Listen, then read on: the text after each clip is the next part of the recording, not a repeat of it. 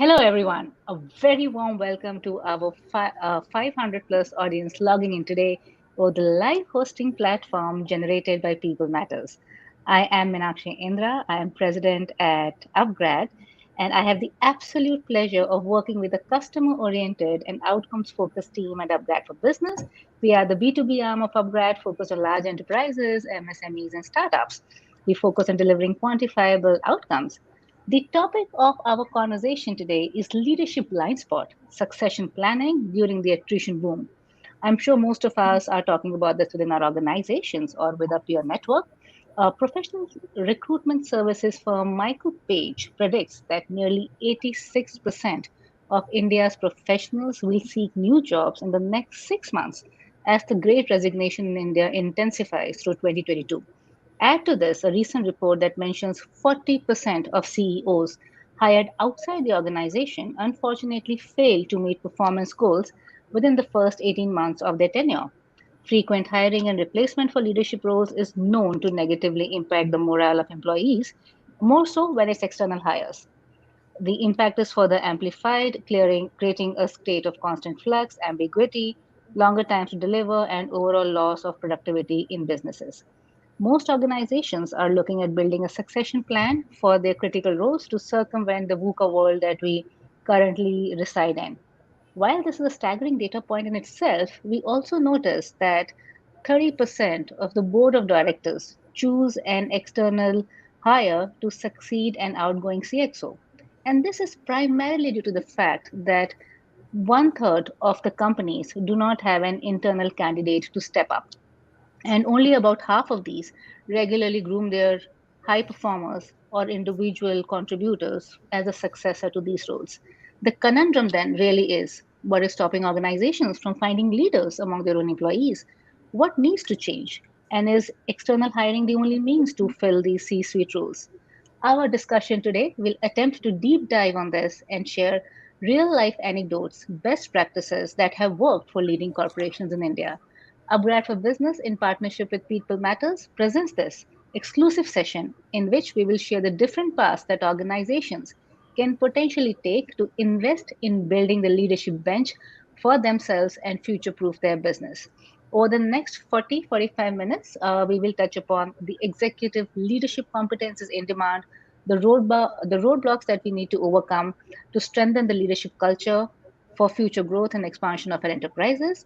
I am your host for today, and I'm thrilled to be on a panel with four well regarded and respected leaders in the learning and development circles, especially when it comes to leadership pathing and succession planning. I am joined by Gaurika Tandon, Seema Bangia, and Dr. Nilanjana Bhaduri joining us for this lively session today. First up, we have Gaurika Tandon. Gaurika has over 17 years of experience in human resources across consulting and corporate roles. She heads the learning and engagement at Bennett Coleman and Company Limited, where she is responsible for formulating and driving the capability agenda, employee communications, and engagement, covering 6,500 plus colleagues. She is also a certified coach, diversity, and culture facilitator. Welcome, Gaurika, and I look forward to hearing your thoughts during the conversation. Hi, everyone. Good afternoon. Uh, Next, we have Seema Bangia. She's our next panelist, and she has 30 plus years of industry experience across different functions within HR.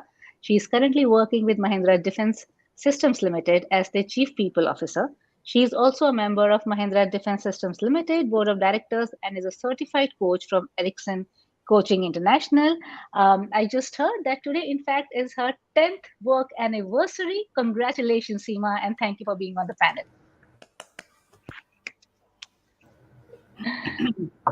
Right. Our final finalist today is Dr. Nilanjana Bhaduri. Nilanjana is the Senior Director, Leadership and Organization Development at Scient. As a people and organization development practitioner, she leads organizational change and transformation initiatives with a focus on building responsible and sustainable capabilities. Some of her areas of interest are leadership development, career coaching, cross cultural collaboration, diversity and inclusion, and innovation management. Her zeal is to do more and learn more always. Thank you for your time, Nilanjana. Thank you. So, right. So, audience, this is your power-packed panel, and as we get rolling into the session, we are going to start with a poll for all of you. I request everyone to go to www.menti.com and use the code 30607760. I will repeat that for our audience. It is also at the ticker at the bottom of our screen. Is 30607760. Please respond back to you because we are going to be discussing a lot around this. So, moving forward, a quick note for our audience. If you have any questions during the session, please feel free to use the chat window. We will bring them up towards the end of the session, especially reserved for this. We want to hear from you, understand your thoughts, and also have our panel respond back to them either during the session itself or towards the end of it. And to my dear panelists and speakers, please feel free to respond over the chat itself as you feel a query pop up and you wish to respond to that. So, moving forward, our panelists today are the strongest advocates of leadership development, and I would love to hear from each one of them, starting with you, Gorika, then Seema, and then Nilanjana. So, Gorika, first starting with you, in your experience of the real life corporate world, what are the three most pivotal traits that you look for in employees as you start proactively positioning them as a bench for your current leadership roles? Hi, Meenakshi, and hello, everyone. It's a pleasure to be here, and thank you for that introduction. That it sometimes it's nice when the introduction is kind of you're staring at it, and then you're like, okay, yes, this is me. But thank you for that. And coming back to your question, I think there is a significant change that the last 2 years have brought around.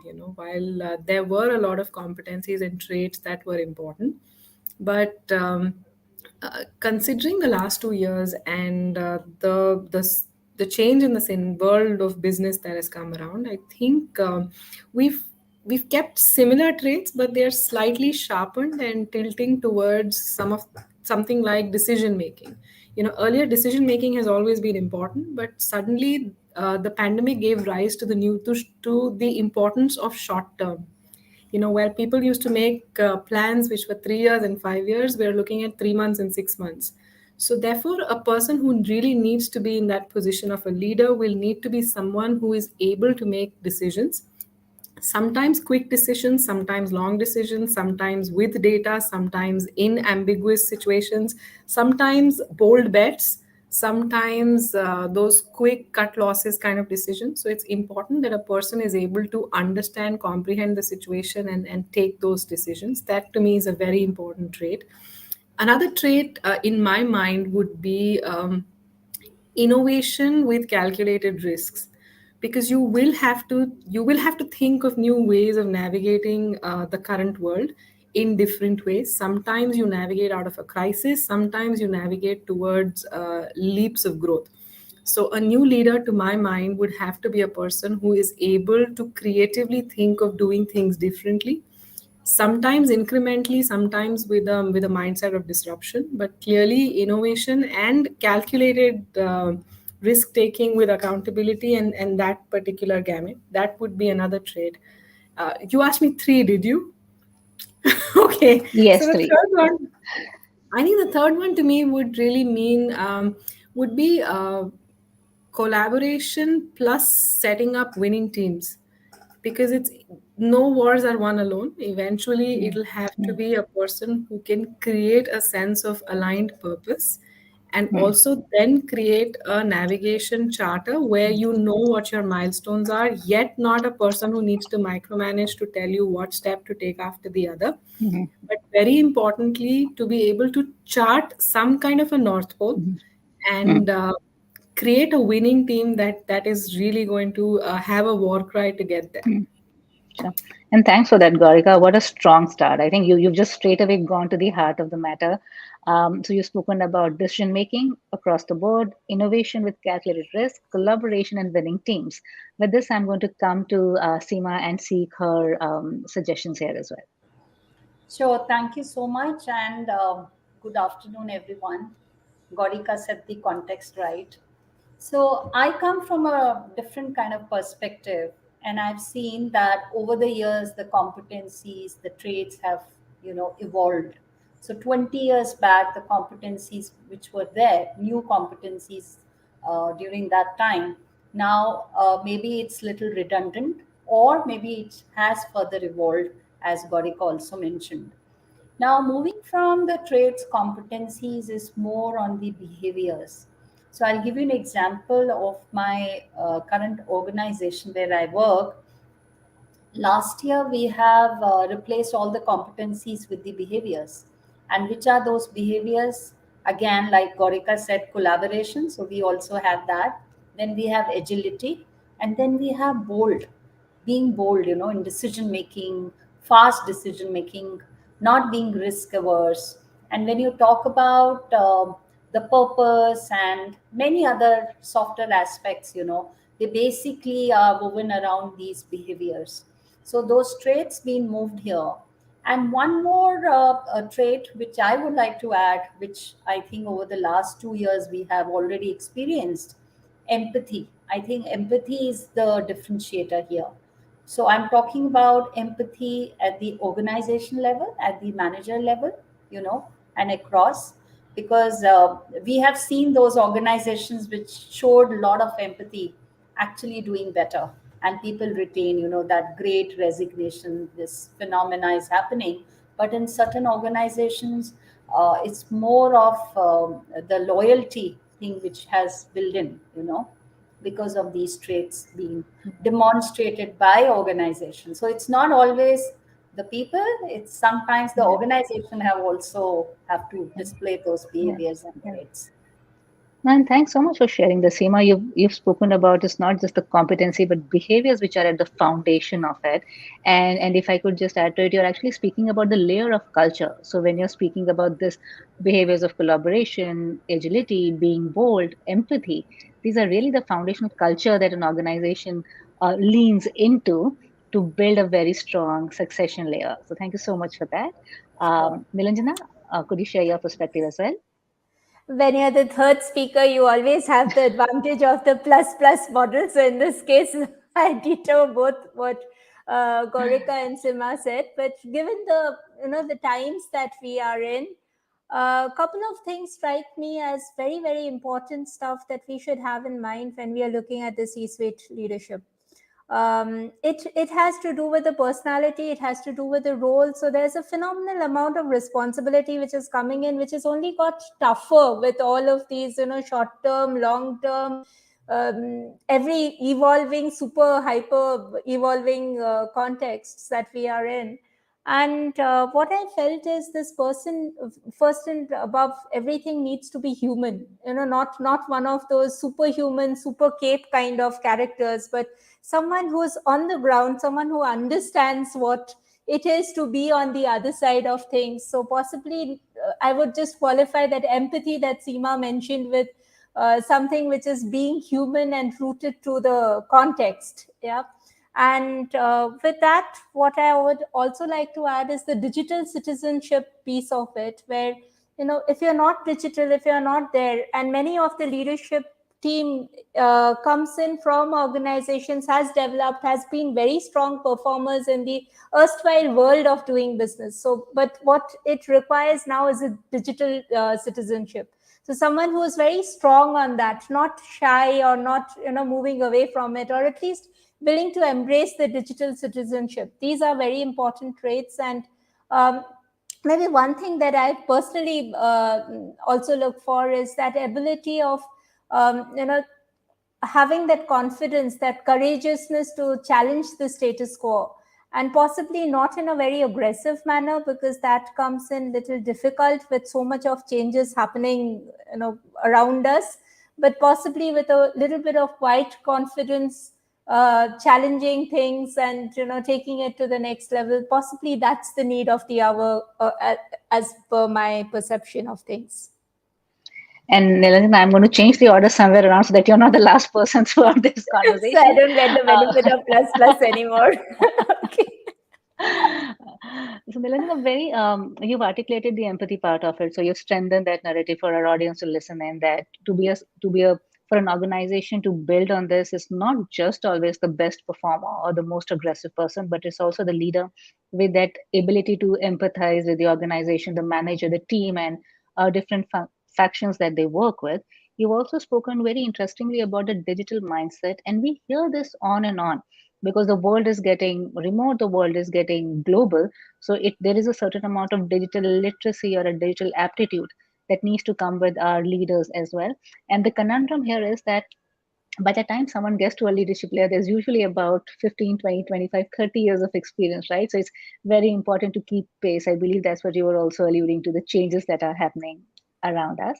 And the Yeah. third one that yes, thank you. And the third one that you said is, of course, challenging the status quo. So I'm sure in the first 10 minutes itself, our audience has got a lot of steps and a lot of traits that they can. And I'm sure a few of us are thinking about ourselves and wondering what of these traits have we demonstrated in our organization, in our team. So that I would really say is it's step one itself. So moving forward, the next one actually is coming for you, Seema. So Seema, in your 3 decades within the corporate workforce across the different organizations and industries that you worked with, I'm certain you would have faced many situations wherein you had to navigate the organizational roadblocks as you build a robust, successful succession planning path.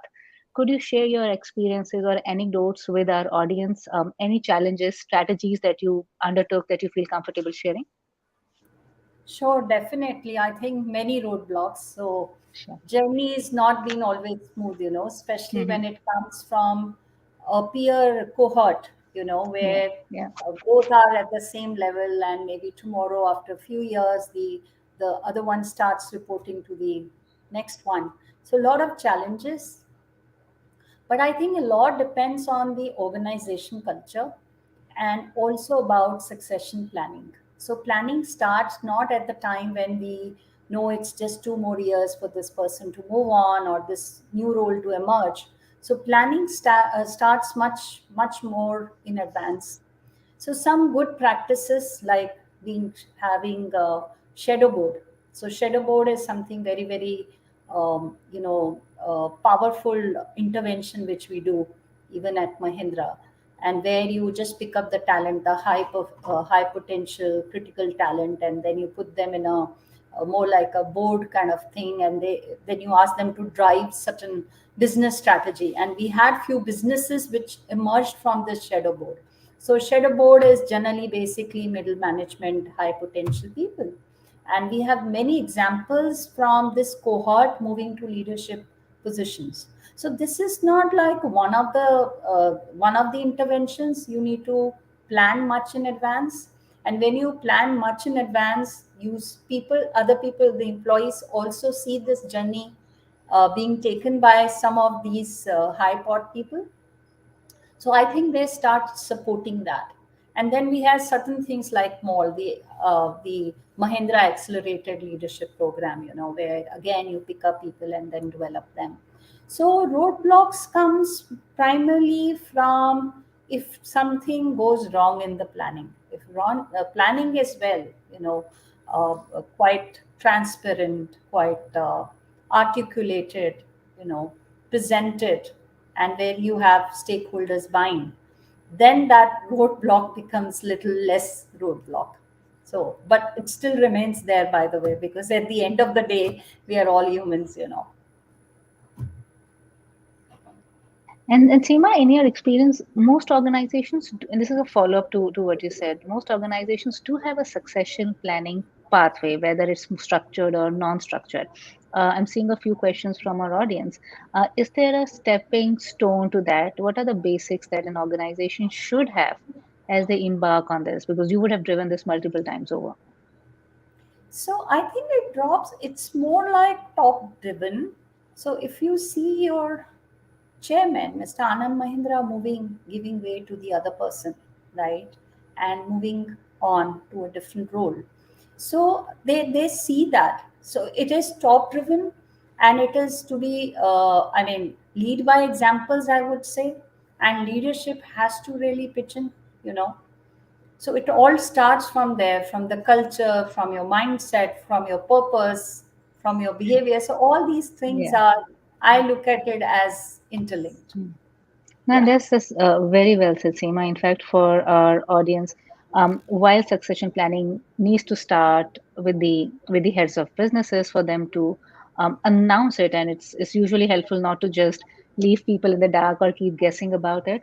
In fact, a few of the scenarios that we've been speaking to organizations across the board, whether it's a large conglomerate, yeah, like yourselves, or even the new startups or typically traditional companies as well, what we've realized is that the more an organization communicates about it, the more you have your employees who start raising their hands. Because a lot of time employees don't even realize what the do's and the don'ts are, what's expected from them. And at upgrad for business, we've tried to actually put a structure in place. We actually start talking to organizations in terms of, hey, is this your leadership layer? Is this your high performance? Are these your individual contributors who are pivotal to your organization's success or your growth trajectory? And with that, then there are a lot of plays. And recently, we actually partnered with Wharton Online for pretty much a CXO playbook. Whether you are in the function of HR, or whether you are in tech or in non-tech roles, domain or non-domain roles, what we discussed in the last 15-20 minutes, the behaviors that you have to demonstrate are the same. The competencies may differ. And Seema, I thought that was very, very well mentioned. So thank you so much for that. And from that, Nilanjana, I am coming to you. Based on the experience that you said and the interest areas that you've mentioned, you've been a part of many, many things in your current and previous roles. How can organizations really strengthen their culture of leadership and accountability? I also see that as a couple of questions from our audience. How do we empower leaders to take charge of engaging the talent to motivate them to perform, especially during the hardships that we are seeing in the last year and a half? See, one part of it is building in the Pygmalion effect. Where you tell people that yes, you can definitely do it, and you build in that element of nurturing along with the coaching and all of it, which builds in that confidence that yes, I can do it, I can drive it. The times are difficult; these times will pass, but whatever it is, you need to do it, and you can do it. That's a very subtle but a very strong message that needs to be driven. And what I've seen in all my erstwhile organizations as well as here is the grooming per se, for this kind of a role, that C-suite role. It doesn't happen over 1 or 2 years. It's not a succession planning which happens just like that. It's like a complete journey, and that journey has multiple stations where you are set up to experience different ways, different styles of business, different contexts, different cultures, all of it, different kinds of business, different functions, all of it. And it kind of accumulates and beautifully molds itself to this one individual who arrives at that spot to drive things in a very different way.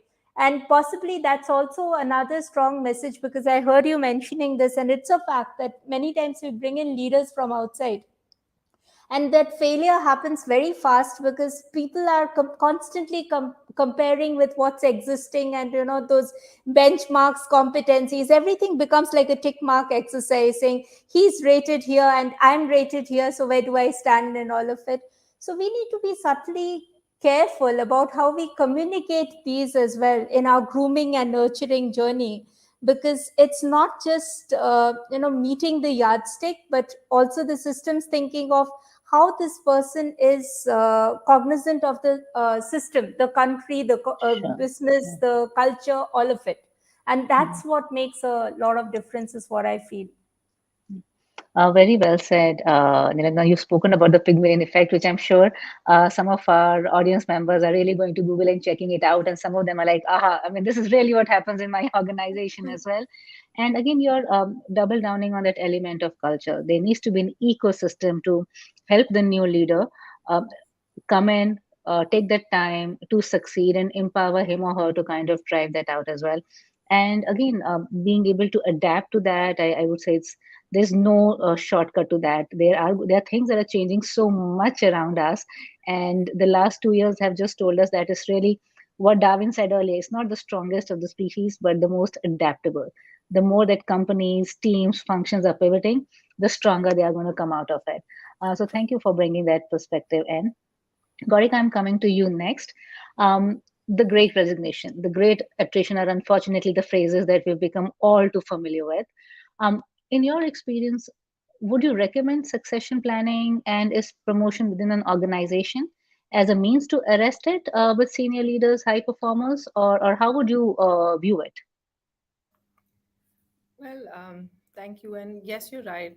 We hopefully the great resignation is behind us, or the great correction, as the world is calling it. But see that I've been with both kinds of organizations, and I was consultant at one point in career, and we were consulting organizations. There are two worlds of thoughts clearly. Succession plan, there is absolutely no qualms about the fact that an organization that wants to navigate any kind of vulnerability will have to make a succession plan, because they say that if you fail to plan, you actually plan to fail.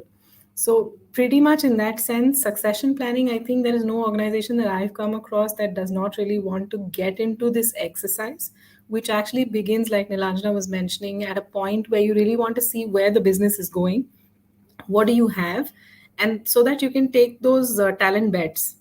Talent in the sense of, can you look at innovative talent deployment, can you look at folks who actually show the spark and aspire the aspiration, and they aspire to grow. Can you put them aside in a different cohort and then actually create opportunities for stretch, etc., etc. So that's one bit of talent bet. The other bet is that you know what talent you have, you know where you want to be.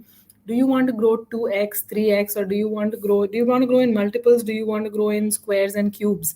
Depending on where the organization is, you need to know how quickly will the internal people be able to drive that agenda. And therefore the question of the buy, borrow, build, the build will require investment, but the buy will also require investment. So at some point the organization will also have to take that call of, where do I need to acquire, and where can I start placing those bets. These are, like planting saplings. You know that you need the trees, and how much can I start planting today, etc., so that the tree grows, and everybody knows that when the tree grows, you're going to get the advantages of the fruits, the shadow, etc., etc.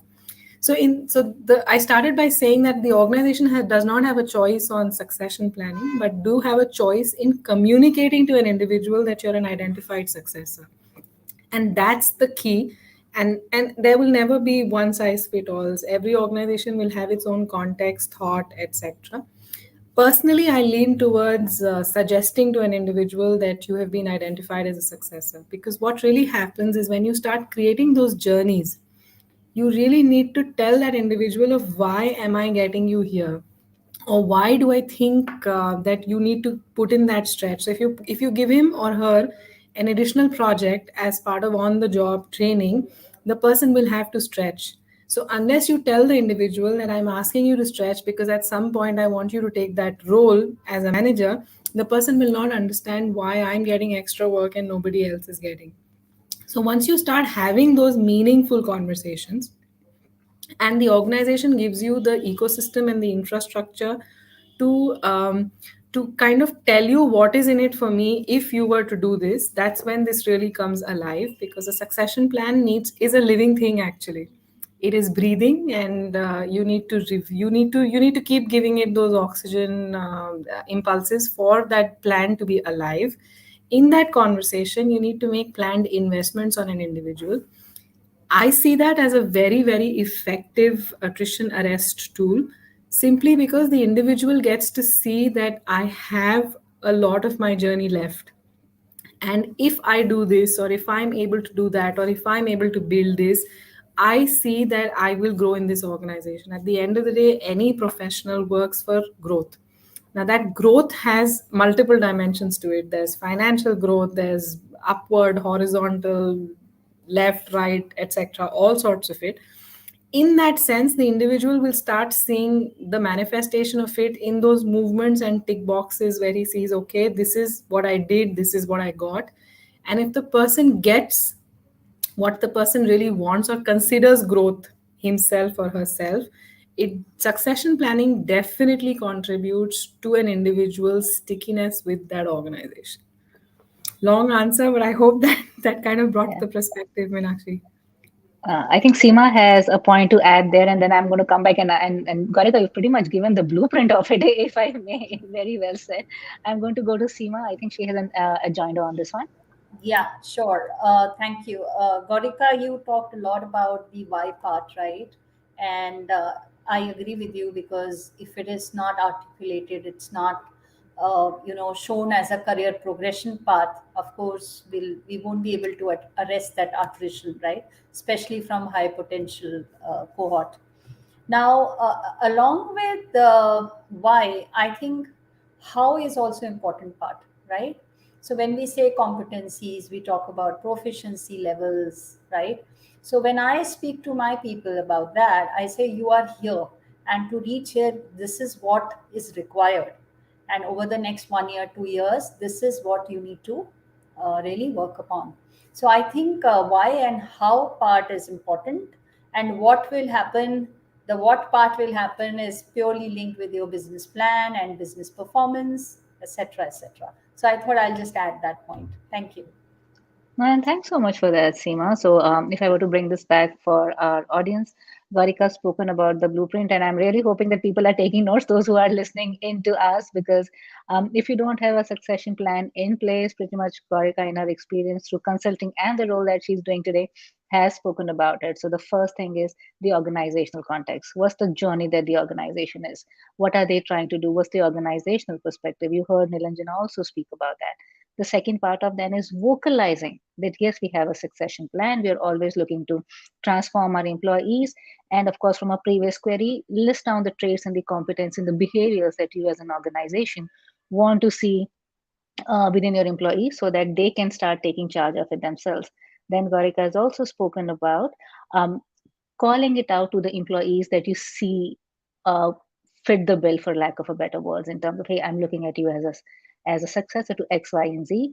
And then Seema, to your point, also list out the how, the what, the why of it. Yes, it's going to be extra work. Yes, it means more, but really we're trying to create a career path for you, which melds with an organization path. So what I'm hearing overlying, there needs to be a fitment within the organizational goals, the employees or the future leaders' aspirations, and where it kind of connects together is when magic happens. Nilanjana, do you have a I have add one on there? last point. Please do. Of Yes, course, please do. something that I learned in Bosch, and I really felt that this has a phenomenal power. That is, if we could bring in, and we used to do this, where we bring in a whole lot of these mentors from the people who have retired, or who's been with the organization for a fairly long time. So what it brings in is the power of the fresh eyes versus the legacy, and how it needs to be brought in. Because one of the biggest problems, or rather fears, that we have in this virtual remote world, as we jet forward in some supersonic speed, is that things, how do we build the legacy, how do we create this person? And this person right at the top is someone who should be modeling all of those things, or all of those behaviors, values, which is a part of the legacy system, and at the same time asking him to look all fresh and think all fresh in the present moment. So it's a lot of pressure for him or her. So that's where possibly adding a mentor from the legacy system also becomes extremely important, such that the person knows right from the beginning how this balance needs to be brought in place. I mean, if you look at some of the recent stories of corporate India, even pre-pandemic, where new CEOs were brought in and it was not so successful, I think if we had certain layers of these mentor leadership, mentor minister from a Singapore model brought in, possibly that would help in bringing in the legacy as well. Yeah, very well articulated, Nilanjana. So you've spoken about the mentor, the role model, the mentor minister sort of a engagement mechanism to ensure that there's a lot of not just investment of the employee, but the company, but the whole ecosystem that comes through. Yeah. So I thought this was very, very interactive, and thank you so much for chipping in. I'm keeping a watch on our audience chat as well, and by this question alone, I think we have addressed the queries put across through Rajendra Padalkar, Rajesh Barnwal, and Deepa Narvani. In case if you feel we haven't answered that, please put it on the chat as well, and we'll do over indexing on that one. But this was clearly one of the steps that we have mentioned, the pitfalls, if I may, that Seema had said earlier, and so on, Nilanjana. And Gorika, I personally am taking away your buy, build, borrow model as well, in the context of course, how things are going in. So it's been an interesting panel. I have, of course, gotten a few tidbits for myself to kind of start deploying as well. Before we run into the audience questions, I have one last question for all of our panelists. And Seema, we are going to come to you first. And the query that I have is we've spoken a lot about the succession planning, the criticality, the import, how to build this. But it's usually almost impossible, if not difficult, to measure the effectiveness of a successful planning initiative. Any measures that you could suggest to our audience? Certainly, Meenakshi, everything which is not measurable, um, it's not effective. I believe in it. So, in other words, it has to be effective if it is measurable.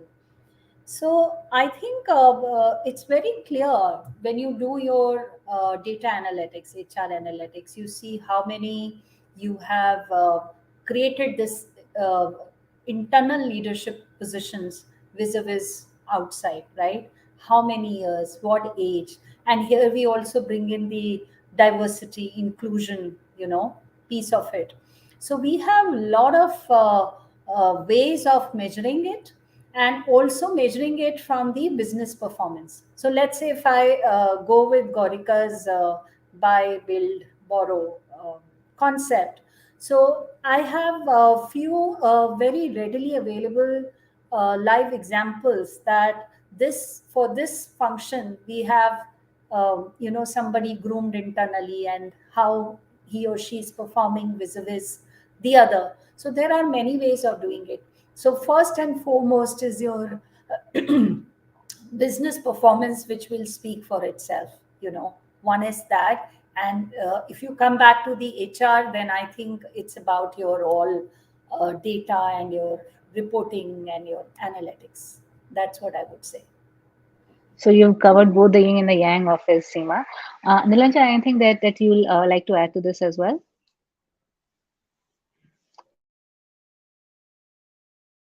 You're on mute, Nilanjana. So sorry. I was just reading this question, which has just come in from Sanjay, stating that, without doing all these, so many startup leaders have taken these things upon themselves and they've excelled. So why is this exercise still a blind spot? And that's where Seema's answer came in of, how you groom and how you measure and all of it.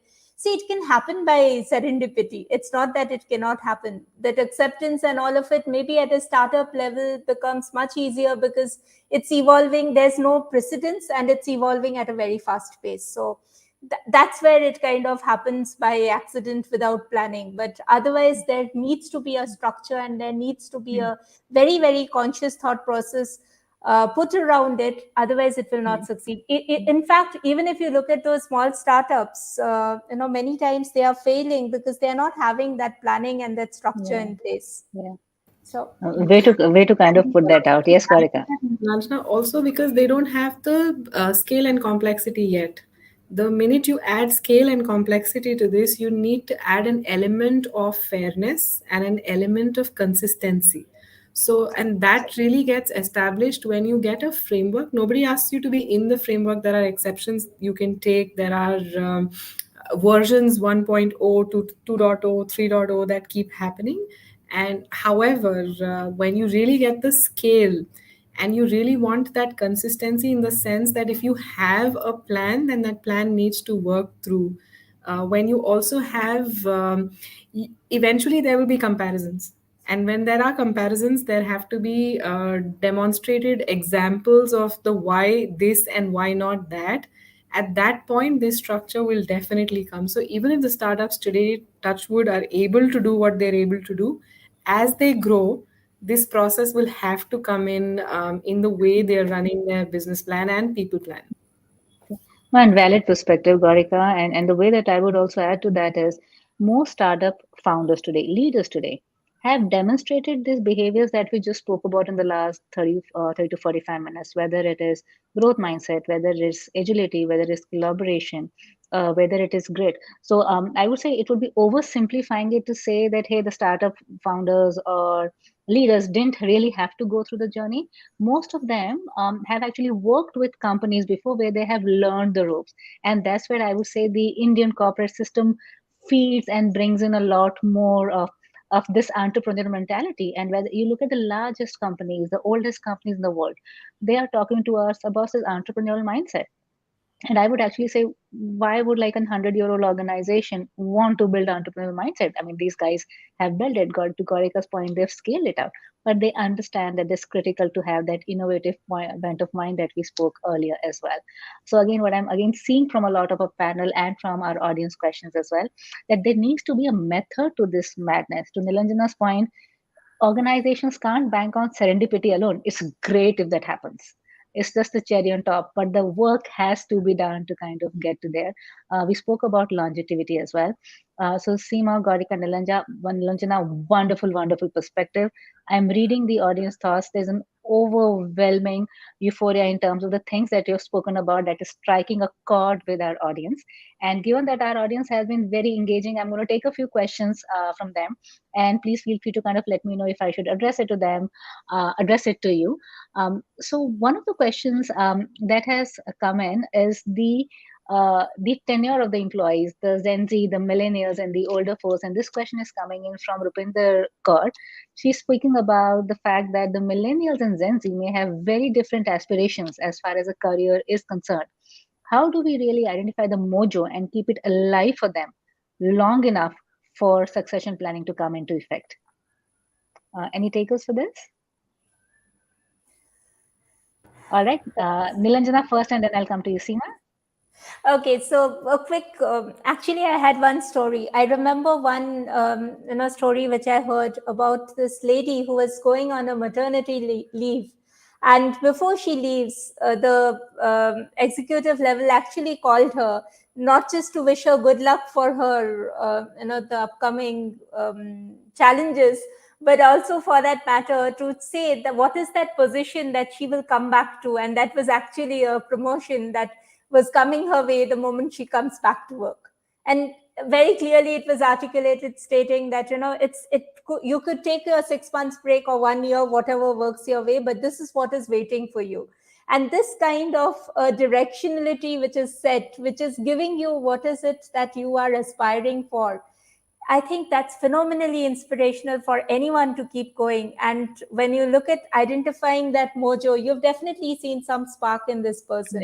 And then give those pointers or this direction, saying this is what is waiting for you. Would that be of interest? A millennial today is very clearly articulating what is it that he or she wants, and they'll tell you this is of interest or this is not of interest, and just take it and help this guy make that journey. And what a lovely anecdote, Nilanjana. Thank you for sharing. And imagine the loyalty that that organization has built, not just for this lady in question, but for the peers who were privy to this conversation as well. Seema, you had an add-on here?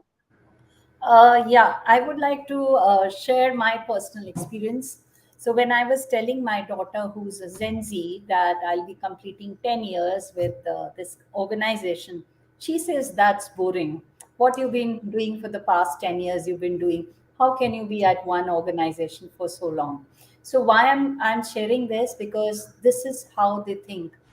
This generation, they need fast recognition. They want more learning every day. They want to learn something more, and everything has to be in a jet kind of a speed. So really engaging them, retaining them, and basically having employee what do you call engagement is a task, right? And there is this question which you talked about. I think this starts from the hiring. So when we hire youngsters, we look at their potential, we look at what is their own purpose in life. Is their purpose matching with our organization's purpose? Is there some kind of a bind between the two? So I think that part is very important at the time of their induction. And then if you think there is little match here and there, Of course, there are a lot many who also continue Yeah, staying, yeah, in the yeah. organization and growing. We have many examples that way. Yeah. Sure. Lovely personal story, Seema. I'm sure you were able to kind of influence your daughter in terms of like what does it really take to even have a 10-year tenure in an organization. I mean, that's really something that's just very, very admirable. Rupinder had a second part to her question as well. Is she's speaking about coaching as a systemic tool for long-term development, and I'll address this first here. Um, Coaching and mentoring, which Nilanjana spoke about earlier as well, that has to happen, whether it's organic or inorganic. Sometimes it's structured, sometimes it's not. In fact, I remember at upGrad itself, while we are sort of a startup, we realized that calling out and communicating about who your leaders of tomorrow. And we actually had a program, the LOT, which was actually a pun on the Game of Thrones, the GOT, with a whole different response and a whole different ideology. But the point was that we carved out the space and went to our top performers and individual leaders, wherein we wanted them to see that the organization is investing in them. And we had mentors assigned to them, which were not directly in their line and hierarchy, because sometimes then it becomes very blurred. That really helped. And when the program actually ended, if memory serves me right, about 80% of our leaders of tomorrow not only transformed into another role, and they were not always lateral, they were all sometimes functional, sometimes lateral. But the fact that we have 80% of our future leaders invested in the organization is a great proof point. So I would say the hard work needs to happen. There needs to be investment from the whole ecosystem as well, from the ecology as well, and it's not going to happen as a magic wand one fine day. To Seema's previous point, there are going to be pitfalls around the way. There's a related question here, and that actually talks about hiring. So this is a question from Diksha Kam. She speaks about a pretty amazing inputs here so far. Thank you, Seema, Nilanjana, and Gaurika. Her question is it advisable to integrate your succession plan into your hiring strategy? I'll take that. I think Yes, Gaurika.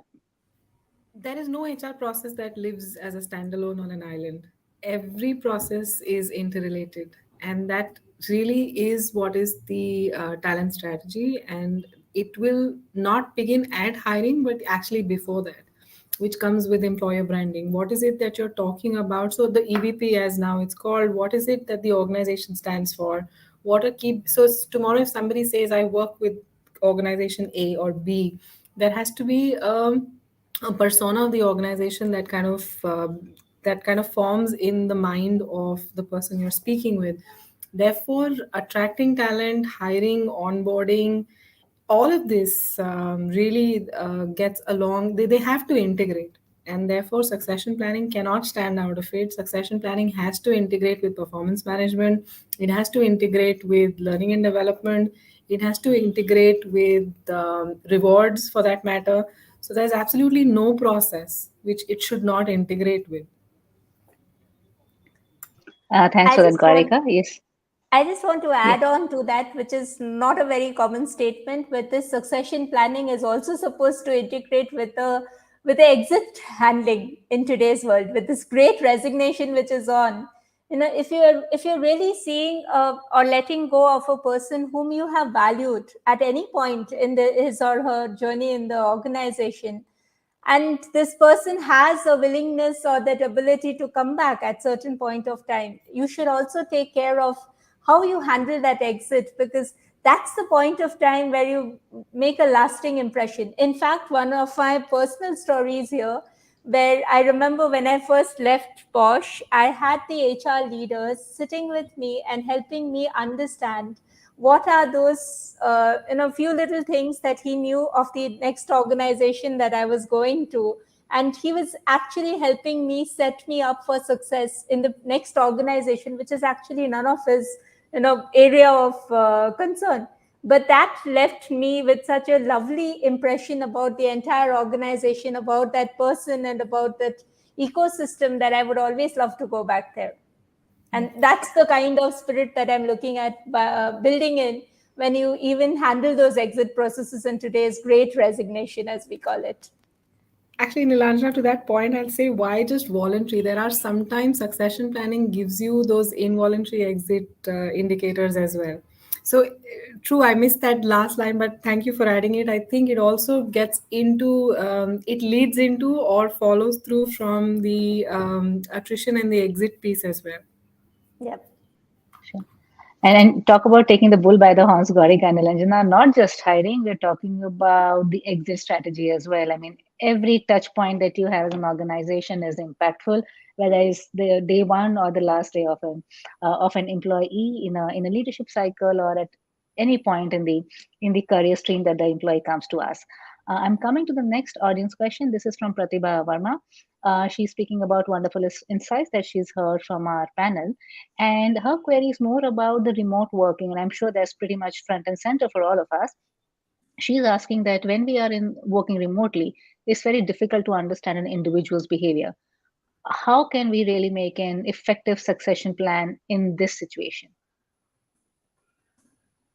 Nilanjana, is there a response that you want to do, or Actually, is this? I had posted a comment to Hmm, this regard. I said that yes, this is the, the chance where people actually need to flex, and the way they are yeah, adapting themselves and the way they are showing up, it's more of the moment to hmm, see how this person will step up. yeah, So yeah. that's Hmm. how I see it. Yeah. No, and valid point, right? I mean, there's no substitute to it. Of course, it's more intuitive in person, but yeah, that's a flex that everyone needs to show. So Sima, I you had heard a a comment just a couple of days back. I heard it from someone where he said, last in the last 2 years, all of us have got a new job in some sense or the other. So it's that reinvention ability of how have we reinvented ourselves, how have we positioned ourselves in this new constellation. That's like a phenomenal metric of seeing how this succession planning, absolutely. whether I got it right or not. Absolutely. Nilanjan, I'm a big fan of saying change is the only constant. And look at the last few years. You just think that you found your stability and that there's something either energizing or challenging coming your way. And the more that we adapt into it, lean into it, the more wonders happen. Seema, you were adding on to this as well, if I caught you earlier. Yeah, I think I just add on to this virtual working is, of course, we are not interacting, we are not meeting daily, but what speaks, your action speaks louder than words, I believe in. So if you're working virtually, what kind of output you're giving, what kind of value you are creating, into the system, how many times you attend meetings in time, I mean respond to your queries in time. So all these are also indicators of a certain behavior pattern. So this is a good way of like gauging such high Sure. potential resources. Yeah. A wonderful, wonderful step here, Seema. I know we are short on time, so I'm going to take the last couple of questions. And there's an interesting one that we have from Kiran Vijayan. What she's asking is that while we do talk about high performers and these leaders that might be the obvious choices for succession planning, she's also talking about how do we manage good performers who we consider to have a limited potential, but they're still those rock solid performers, predictable performers in your business. How do we make sure that there's something for them so that they also keep the department running and stay motivated without leaving an organization? I see Nilanjana has gone and Gorika have both gone off mute, so please go ahead. So basically, I'd say that solid citizens are super important because in any chart, the business or the work gets done where the work gets done, and that's where you get performance. And a good succession plan will identify. It need not always be the highest potential individual that features in a succession plan. There are several ways of keeping flags of ready now or a drop down candidate, for example. And there are enough and available spots for folks who, and when I use the word potential, that again is a very dynamic word. A potential will always be to do something and for something. So, and towards that, it's important to identify the true potential of that talent, for that matter. What is it that person is capable of doing, is willing to do, aspires to do, and what matters to that person? So when you really, as a HR business partner or as an HR person, sit down with business and talk business, you want to know what is it that they want to do, what kind of people will they need to do what. Basis that, you have an entire total rewards world that can be weaved of how you can hyper customize and provide those personal customized inputs of what will matter to that individual for the value that the person is creating. So while Seema was saying that you are looking at what is the value that the person is generating and how do you reward that value with what, and not everybody seeks a promotion. There are loads of people who do what they do. Again, there are loads of examples of individuals who continue to do what they're doing in that role, and the only thing that they need is stability. And those actually turn out to be customer service executives, for example, or we have front office executives, for example. They are very good with what they do, and they are solid performers as well, but you have to find ways of rewarding the value that they're creating in currency that is of interest to them. And very well said, Gorika. You actually reminded. I'll just come to Nilanjana in a minute. In fact, what Gorika said, I could actually reflect back in one of my previous organizations, wherein there was a very rock solid senior client relationship person, and the revenue, if I may call it, of the largest clients that she used to carry every year was bigger than the revenue of countries. Like if you look at an organization, right? You have and she was around for many years, because again, to Garika's point, you need that stability, and the motivations of that person were very different than maybe becoming a CEO or a head of sales or whatever that it was. But minus of that person, the business would have been in the doldrum. So there's a whole different tactic to kind of pivot that person, understand that motivation. So thanks for bringing that up, Garika. Nilanjana, coming to you. So what we have done consciously in this segment is we would use tools like Hogan, which help you see what are the strengths of the person, and we would, especially when it comes to C-suite, couple of common behaviors which happen is you tend to leverage on your strength all the more, and you don't see the dark side of overdoing your strengths. And that is where the potential at the C-suite becomes very different conversation from potential at the younger roles or the younger positions, the middle or the senior level management versus a C-suite. And that specific point where you're looking at the context and what is the risk of overdoing those trends, etc. So if these are brought into the coaching conversations early on, the people also see for themselves how they can perform in those roles, or if they're not getting those roles, why is it so they're not getting those roles, and how can you help him or her groom to something which is a parallel channel for going up. It need not be only the CEO chair, it could be something else. And how does the person groom for that? And that's something that organizations really need to bring in place, having invested on the CXO level people for such a long time, which will ensure that they stay on. Valid point, Nilanjana. Thanks for sharing that. I'm now coming to my last query, which is from Manish Sharma, and he's actually asking about the need. Do we need to have a budget separately for upskilling and training programs for future CXOs, and is there an advantage to that? I'm seeing a lot of head notes, so clearly the answer is yes. Would anyone like to take a shot at the advantages for Manish's benefit? I'll take Yes, Seema? that. It's always good to have budget, but my experience says we always work on shoestring tight budget. There's no budget, right? So there is some invisible budget is always there, but this is more for smaller organization where budget is a challenge.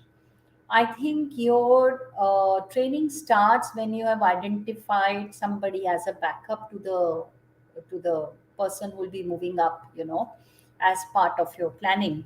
So jointly put that person on the job training. So on the job training doesn't require much of kind of budget. Of course, it needs different kind of ecosystem resources that we can do, but it is good to have budget. But in case you don't have budget, still it works. I'm saying this based on my experience.